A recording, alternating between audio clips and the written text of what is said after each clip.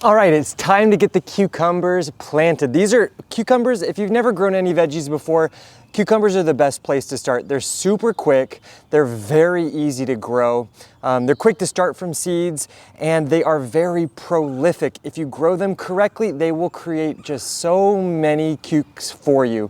So I planted these from seeds about 6 weeks ago, and they're a good size right now.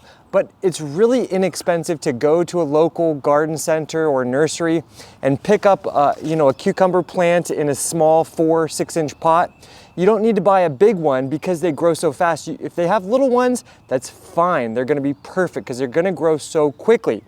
Now I'm pretty early in the season here, in middle of spring, because I wanted to show you guys how to do this, but you could honestly start cucumbers as late as like the beginning of summertime, and that's gonna be enough time for them to grow and produce a bounty for you.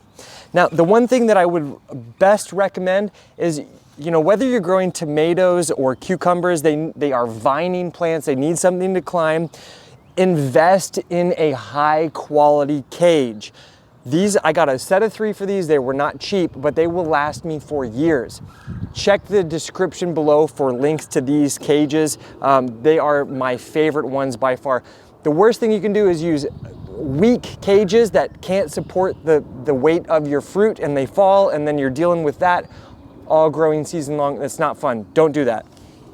So I have a nice whiskey barrel. It's like 20 inches across, maybe 18 inches tall.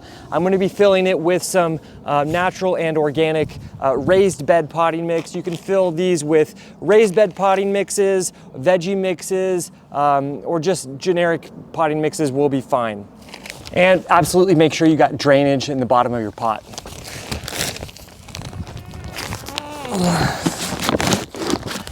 And also make sure you have your pot in an area where you really want it to grow, because you're not going to want to move it once you get the soil in there.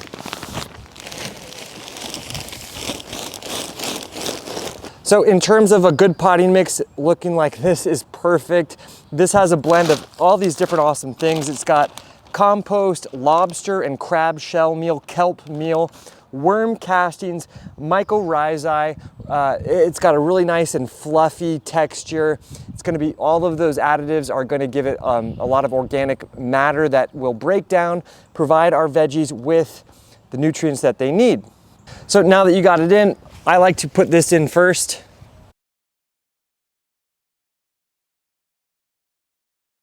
So this is a perfect size little cucumber.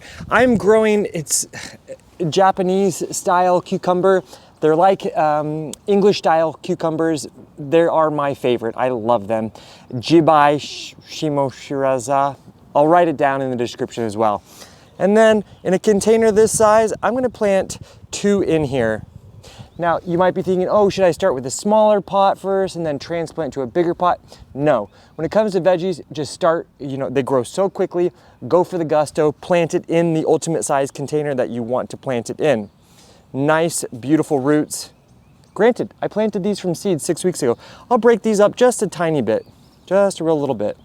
Not even that important when it comes to cukes though. And make sure you keep that soil level at the same height.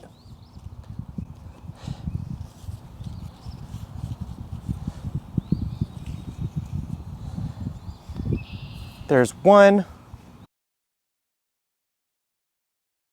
And 2, just like that. Give it some water, of course. And you're gonna really wanna keep an eye on just making sure that it's climbing up. So you can see how I have it situated along that trellis or along the cage. That's perfect. That's gonna help catapult its growth upwards. And because we wanna make sure our cucumbers stay consistently moist, if you let them dry out, the fruit can end up turning bitter. They won't develop how they could. So I always like to put some mulch on top. I'm just using, I got some, wood chips that are totally raw. If you use like an aged bark mulch, that's gonna be great too. And this also has some pine in it. So this is gonna be absolutely fine. And if you've ever heard about wood chips sapping nitrogen from the plant, It's not true. It's only if you mix it into the soil. If you use it as a mulch on top, yeah, it does have a little bit more of a raw look about it, but it's a fantastic mulch. And it is what I use for everything. And it's free. You can use getchipdrop.com. I'll leave a link to that down in the description.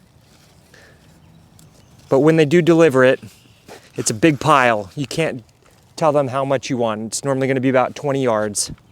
And now he's good to go. Once he starts to grow, start showing some action, I'll show you guys how to make sure and keep it trained so it's growing nicely up our support structure.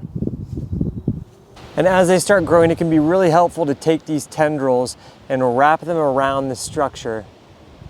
That'll help propel its growth much faster.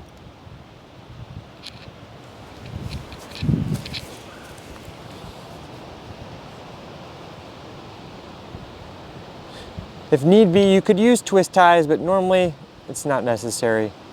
They'll normally stay just like that. Check it out, check it out. Cucumber harvesting season has started, almost. This guy is still pretty small, but it's been such a short amount of time. However, I wanna mention it's extremely important that you do regularly twist them off and harvest them and eat them, because if you don't, they'll stop producing new ones. And once they really start get going, you can see there's tons of little babies growing all over the place. Now, for home gardeners like us, where we're not in a greenhouse setting and we need to really maximize every little square inch, there's really no need to do any sort of pruning. Yes, you can remove suckers if you have suckers, but it's not gonna be detrimental. If you're growing 2 or 4 cucumber plants like I am, there's really just one little pruning thing that is going to be beneficial for the health of your plant as they continue to grow. It's very simple. Let me show you what to do. Now, of course, we understand that plants derive their nutrients via photosynthesis. Photosynthesis occurs when the plant's foliage absorbs that sunlight. So we want to keep as much foliage, as much good foliage as possible. But when we start to have leaves that look like this, particularly at the base of our plant, it can be very beneficial to just remove old leaves like this. Now, you never want to go and just remove a ton, but you want to remove especially these lower leaves. They're not serving much of a purpose, so I will just go and cut back some of these lower leaves that are starting to look a little bit ratty. And that's also going to help minimize any potential pathogens that might be in the soil that then travel into the plant via those lowermost leaves.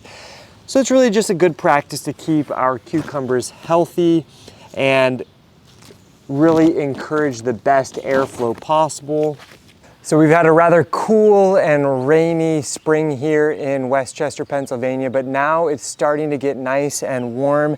And as you can see, all of our cucumbers are starting to finally plump up. And even with this cool and rather rainy spring, it's only taken 12 weeks from the time I planted my seeds to get to this point, and only 6 weeks from the time I planted my little 3.5-inch plants to really having a nice harvest of cucumbers for this growing season. They're one of the easiest vegetables to grow, and if you've ever wanted to grow your own food, this is the best place to start with. And the great thing is that when you're using really high quality potting mixes like I am, you don't even need to worry about fertilizing, because all of the nutrients will be found within that potting mix itself. And generally speaking, as you can see, I have lots of lovely flowers that are growing all over the place. Each flower will represent a fruit to form in the coming weeks thereafter. So you always want to be on the lookout for these lovely yellow flowers, because that means more cucumbers are on the way.